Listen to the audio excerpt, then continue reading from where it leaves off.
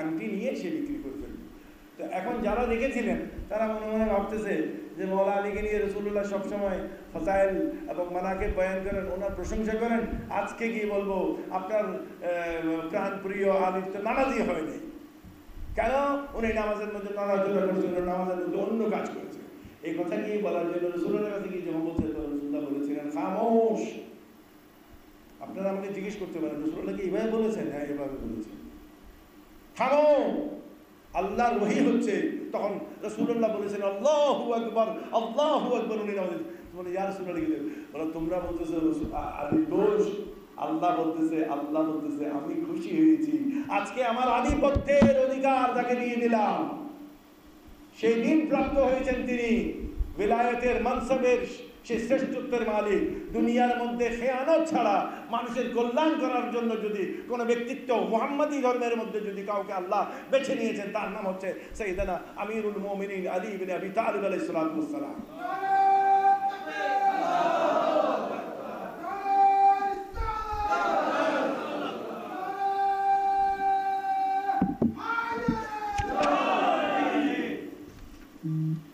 আর একটা দুটো কথা খুব জরুরি, যেটা আপনাদেরকে একটু না বললে হয় না।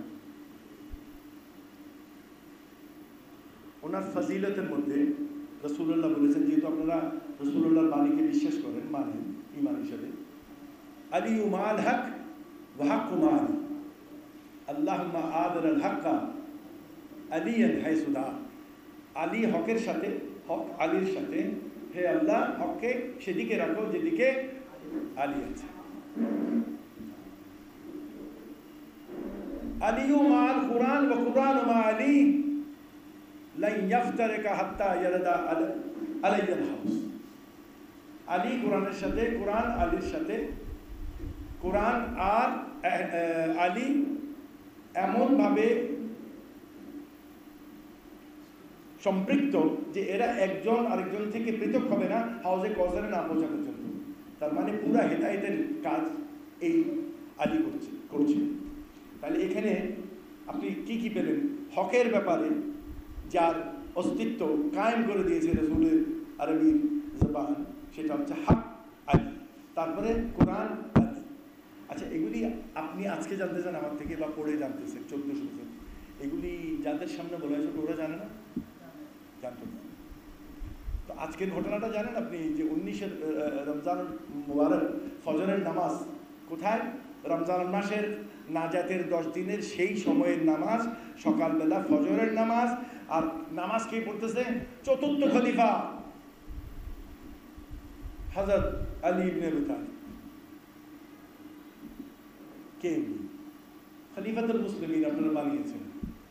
তো ওনাকে মসজিদে নামাজ পড়তেছে, আসসালাতু মিরাজুল মুমিনিন, নামাজের মধ্যে সাহাবীরা নিশ্চয়ই এই সূরা ফাতিহা পড়তেন, ইয়াকা না'বুদু ওয়া ইয়াকা নাস্তাঈন, ইহদিনাস সিরাতাল মুস্তাকিম সিরাতাল লাযিনা আন'আমতা আলাইহিম। নিয়ামতপ্রাপ্ত, নিয়ামতের মধ্যে শ্রেষ্ঠ নিয়ামত হচ্ছে ইলম, শ্রেষ্ঠ নিয়ামত হচ্ছে জ্ঞান। এরপর কোনো নিয়ামত নাই যেটা অক্ষয়। দ্বন্দ্বলত ক্ষয় আছে, জ্ঞান বিতরণ করলে শেষ হয় না। সেই জ্ঞানের দ্বার হচ্ছে মওলা আলী কারামাল্লাহু ওয়াজহুল কারীম। আল্লাহ রাব্বুল আলামিন নবী আলাইহিস সালামকে সমস্ত ইলমের মাম্বা দিয়েছেন, আর আল্লাহ রাব্বুল আলামিন রাসূলুল্লাহ বলতেছেন সেই জ্ঞানের দ্বার হচ্ছে আলী, যেটা আপনারা জানেন, আনা মাদিনাতুল ইলম ওয়া আলীউন বাবুহা। তো তাইলে জ্ঞান প্রবেশও সেই দ্বার দিয়ে হয়েছে এবং বিতরণও সেই দ্বার দিয়ে হয়েছে। এত সব নফসে রসূল, মওলা আলী নফসে রসূল। হিজরতের রাতে যখন রাসূলুল্লাহকে মক্কা থেকে হিজরত করার জন্য আল্লাহ হুকুম দিলেন, সেদিন মওলা আলীকে বলা হলো আপনি শুরু করুন। কোরআন শরীফ এটা গাওয়া দিচ্ছে, ওয়ামাই ইয়াশরি নাফসাহু ইবতিগা মারদাতিল্লাহ। এমনও কিছু লোক আছেন, এমনও কিছু নফস আছেন যারা আল্লাহর রেজামন্দি কেনার জন্য নিজের নফসকে বিক্রি করবেন। কার জন্য বিক্রি করছেন? রাসূলুল্লাহ। এটা আমি শুনলে কবিতার মতো ভালো লাগছে। এটা যে জানে আমার মনে হয় না তার হোশ ঠিক থাকবে। ওয়ামাই ইয়াশরি নাফসাহু ইবতিগা মারদাতিল্লাহ। আপনাদের মধ্যে কেউ আছেন, আপনাদের কোনো গুরু যদি বলে শিষ্য তোকে আমি সব দিয়ে দেবো, শুধু একটা কাজ করিস, তুই কথা বলিস না আজকে থেকে 5 দিন, ইজ ইট পসিবল? গুরু গুরু সালাম, আমি কথা না বলে থাকতে পারবো আর সব কথা। আর যাকে কথা বলার জন্য পাঠিয়েছেন তিনি নিজের নাফস দিয়ে দিয়েছেন রাসূলুল্লাহর জন্য। এবার আসি আমরা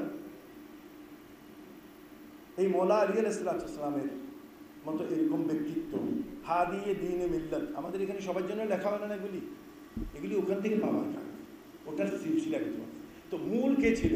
একটা যুদ্ধ জয় হয়নি মওলা আমিরুল মুমিনিন ছাড়া। লা ফাতা ইল্লা আলী, লা সাইফা ইল্লা যুলফিকার, এমনি বলে নেই। তো সে আলী আলাইহিসসালামের কি অপরাধ ছিল যে ওনাকে মসজিদে কুফায় শহীদ করে দেওয়া হলো? আজকে আপনাদের কাছে আমার এই প্রশ্ন, আপনারা এগুলি চিন্তা করবেন। আর এই অনুষ্ঠান কেন করা হয় না? আপনি আপনার বাবার কি বলে বছরই 40-এ সব করতেছেন না? আপনার দাদার, আপনার অমুক পীরের মোরের সবাই মুসলমান হলে তো কোনো অনুষ্ঠান যদি শুরু হয় ওদের থেকে শুরু হতে হবে। আমরা সিলসিলা বাইর করি না অমুকে করছে কিনা। তো মওলা আমিরুল মুমিনিন আলাইহিসসালামের শাহাদাত কে গোপনে করে গোপনে করে আমার এটা বিষয় না। তুমি সারা পৃথিবীতে করে খুলে করার মতো যেটা, সেটা হচ্ছে এইটা। নতুবা তুমি যে আলীকে ভালোবাসো এটা কেমনে দেখাবা? কেমনে দেখাবা? আমি লুকায় লুকায় ইফতার বাঁটবো, আমি ট্রাস্ট থেকে অমুক দেব, মওলা আলীর নামটা পর্যন্ত নিতে পারবো না। মওলা আলীর নাম নিলে ওই যে উনি সবাই বলে যে আমাদেরকে শিয়া বলবি। ইয়ার কোরআনের তাফসীরের মধ্যে ইন্নাল্লাযীনা আমানু ওয়াল্লাযীনা ইন্নাল্লাযীনা আমানু ওয়া আমিলুস সালিহাতি উলাইকা হুম খায়রুল বারিয়া, সূরা বাইয়ানার মধ্যে বলতেছে, মুসলিমের মধ্যে হযরত আয়েশা যখন জিজ্ঞেস করলো যে আপনি খায়রুল বারিয়া এরা কে, তুমি তুমি আয়াত পড়ো নাই?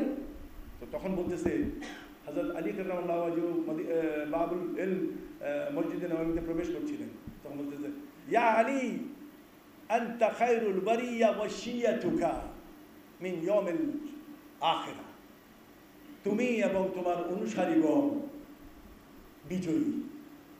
কোন দিন? কিয়ামতের ময়দানে, যেদিন সবাই নফসি নফসি করবে, কারণ মওলা আলীর দাপট ওরকম থাকবে। তো আজ আমরা যারা আমাদেরকে এই মওলা আলীর কথা শোনানোর কথা, তাদের ঘরে গিয়ে পায়ে ধরে গিয়ে আর কি বলবো, আজকে মওলা আলীর নাসালের নাম লেখা থাকলে সেজদা করে এমন ভক্ত, এটা বড় খুশির কথা, ম্যাটার অফ প্রাউড। কিন্তু এটা নকল। তুমি মওলা আলীর জন্য শহীদ করে ছাড়া দেওয়া তো কোনো কাজ করে নেই। যারা মানে এমন পরিকল্পনা করেছে নাকি, আমি 3টা রেওয়ায়েত পেয়েছি, মুসনাদে আহমদ ইবনে হাম্বল, তারপরে তারিখে তাবারি, ইবনে আসাকির, কি মুসলমানরা অতিষ্ঠ হয়ে মুআবিয়া, আমর ইবনে আল-আস, মুগীরা ইবনে শুআইবা এবং মওলা আলী তো বলে না আলীর জন্য, এদের জন্য মানুষ শান্তি হচ্ছে না, সাহাবীরা খুশি হচ্ছে না, এই জন্য আল্লাহ পরিকল্পনা করেছে এই 4জনকে মেরে ফেলো। কোরআন শরীফের আয়াত আছে একজনকে বিনা কারণে মারলে পুরো মানব জাতিকে হত্যা করা। এখন এরা কেমন মানুষ ছিল? এরা 4জনের মধ্যে 3জনকে আমি জানি না, কিন্তু আলী আলাইহিসসালামকে তো রাসূলুল্লাহ বলে গেছেন ইয়া আলী আনতা মিন্নি বিমানজিলাতি হারুন ওয়া মূসা, কিন্তু আমার পরে কোনো নবী নেই, লা নবিয়্যা বাদি। কিন্তু এই ব্যক্তির নাম সেখানে কিভাবে আসে? তাহলে এটা কত বড় চক্রান্ত হতে পারে? আমরা করি না? আমরা আরেকজনকে বঞ্চিত করার জন্য এইভাবে করি, ধরো ব্যাগুলি মিলিয়ে এই করো, যেন উনি বাদ পড়ে যায়, উনি বাদ পড়ে যায়। এগুলি সমাজে চলতেছে, আমরা করতেছি। এটা কেমনে হলো? এটা কিভাবে করলো? বলতেছে হযরত আলীকে মসজিদে পাইছে এই জন্য করে দিছে, আর ও 3জনকে পায়নি। এক লোক বড় সুন্দর করে বলছে আলী খোদার লোক, তো সে মসজিদে থাকবে, আর যে যেখানকার লোক সে সেখানেই থাকবে, এই জন্য তারা পায়নি। এছাড়া আলীর ফজাইল আর কি বয়ান করবো? আলীর ফজাইল তো আল্লাহ রাব্বুল আলামিন বয়ান করতেছে।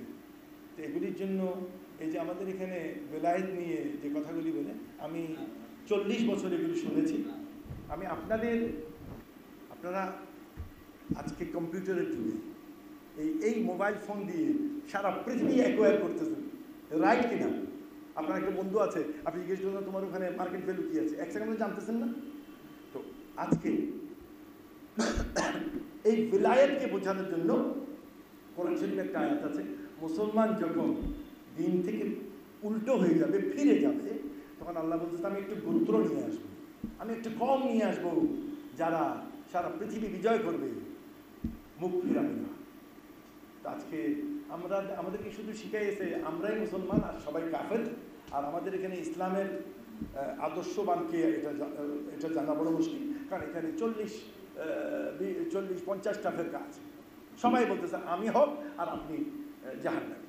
তো এভাবে আপনারা কীভাবে সিদ্ধান্ত, আপনি লেখাপড়ার কোনো সমস্যা হচ্ছে না, আপনি কোনো ইউনিভার্সিটিতে বললে আপনার ওখানে সিলেবাস আছে, কিন্তু মুসলমানদের কোনো সিলেবাস আছে? এখানে আমাদের আমরা ব্রাদার যারা এখানে বসে, আমাদের মধ্যে এখানে অনেক বাক বিতণ্ডা হয়, নামাজ এরকম না, নামাজ এরকম হচ্ছে। এখন এগুলির জবাব দিতে হলে ইউনিভার্সিটিতে একাডেমিক লেখাপড়া করতে হবে, যে লেভেলের আছে সেই লেভেলের কাজ করতে হবে। তো আমরা আজকে শুধু এটাই বলবো, যারা অন্ততপক্ষে মওলা আলী এবং রসুলের আহাল হওয়ার জন্য মওলা আলীর যে স্রোতধারার অংশ ওয়ারিস হয়েছে, তারা যেন অন্ততপক্ষে মওলা আলীর এই দিবসগুলিকে ভুলে না যান। তারা হাজার হাজার ওরস করেন তাদের বাবা দাদার, যারা অন্তরে এরকম প্রেম জেগে যাবে তখন তার এগুলি আর তলায় খাবে না, সে তখন বিপ্লব করে বসবে, সে তখন এগুলিকে থামায় রেখে পারবে না। এরকম অনেক আসছে, অনেক গেছে, কারণ আল্লাহ কোরআন শরীফে ওয়াদা দিয়েছেন হিজবুল্লাহ বিজয় হবে। আর সবাইকে আন্তরিকভাবে ধন্যবাদ জানাবো। মওলা আলীর পক্ষ থেকে আল্লাহ রাব্বুল আলামিন আমাদেরকে নাজাতের ব্যবস্থা করুন। ওয়া আখিরু দাওয়ানা আলহামদুলিল্লাহ।